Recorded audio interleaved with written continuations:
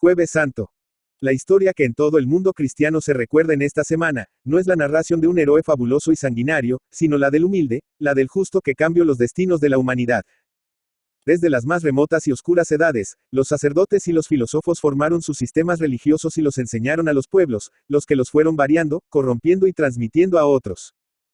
La guerra o las necesidades de las gentes, los obligaban a formar colonias y a establecerse en lugares lejanos, y a ellos llevaban sus dioses, sus creencias y sus costumbres.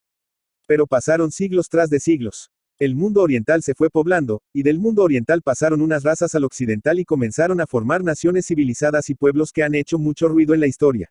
Pero ninguna de estas razas, ninguna de estas naciones, ninguno de estos pueblos guerreros o civilizados, conoció en toda su extensión ni los elementos de la vida moral, ni los derechos claros y naturales del hombre, ni los principios fundamentales de las constituciones de los pueblos.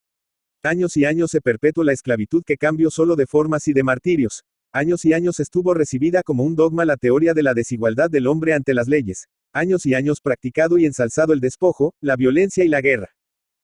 Fue de un lugar silencioso, oscuro, quizá desconocido de la mayor parte de los poderosos de la tierra, de donde nació una doctrina tan sencilla, tan perceptible, tan fácil, tan completa, que lo mismo la puede entender el campesino ignorante, como el político profundo. Lo mismo aprovecha en su observancia al magnate que gobierna una nación, como al último de los ciudadanos que obedecen.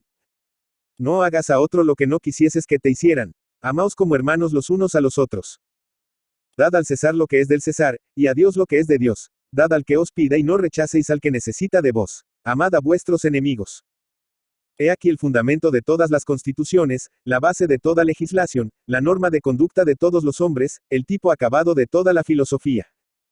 Reunida esta enseñanza moral, el adelanto que los hombres han hecho en las ciencias y los tesoros que ofrece la naturaleza bendita y fecunda, y tendréis los elementos completos de un buen gobierno, de una sociedad feliz y de un país abundante, próspero, civilizado y respetable. Porque esta doctrina sencilla ha servido de instrumento de matanza y de crímenes. Porque esta moral clara, cómoda, fácil para la práctica, ha sido siniestramente interpretada. Porque los hombres en guerra continua, en vez de amarse como hermanos, se matan y se destrozan continuamente.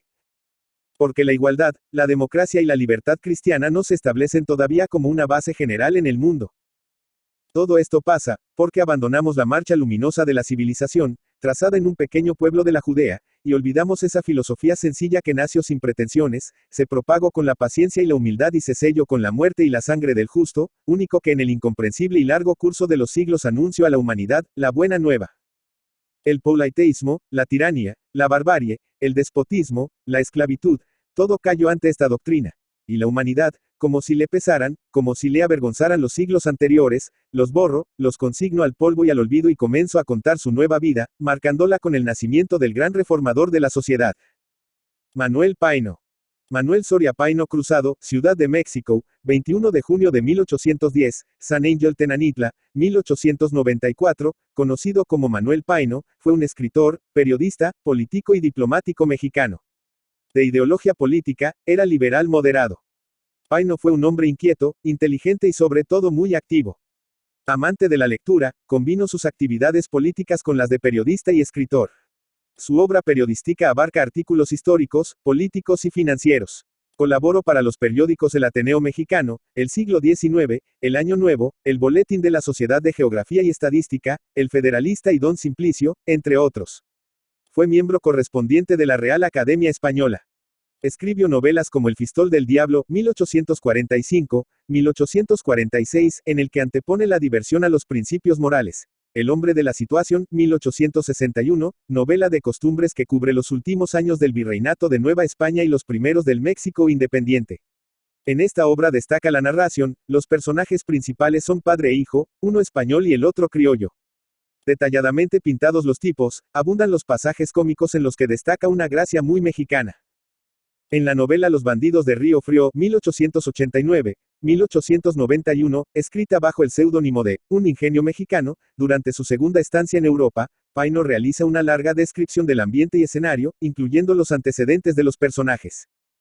Otras de sus obras son, Compendio de Historia de México, novelas cortas, La España y la Francia, El Libro Rojo con Vicente Riva Palacio, Juana Mateos y Rafael Martínez de la Torre, y La Convención Española.